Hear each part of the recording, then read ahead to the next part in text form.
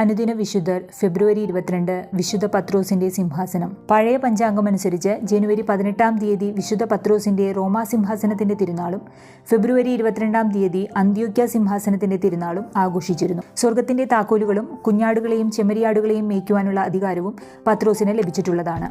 പരിശുദ്ധാത്മാവിനെ സ്വീകരിച്ച ശേഷം പത്രോസ് കുറേ നാൾ പാലസ്തീനയിൽ തന്നെ ചെലവഴിച്ചു. അതിനുശേഷം അന്ത്യോക്യയിലേക്ക് പോയി.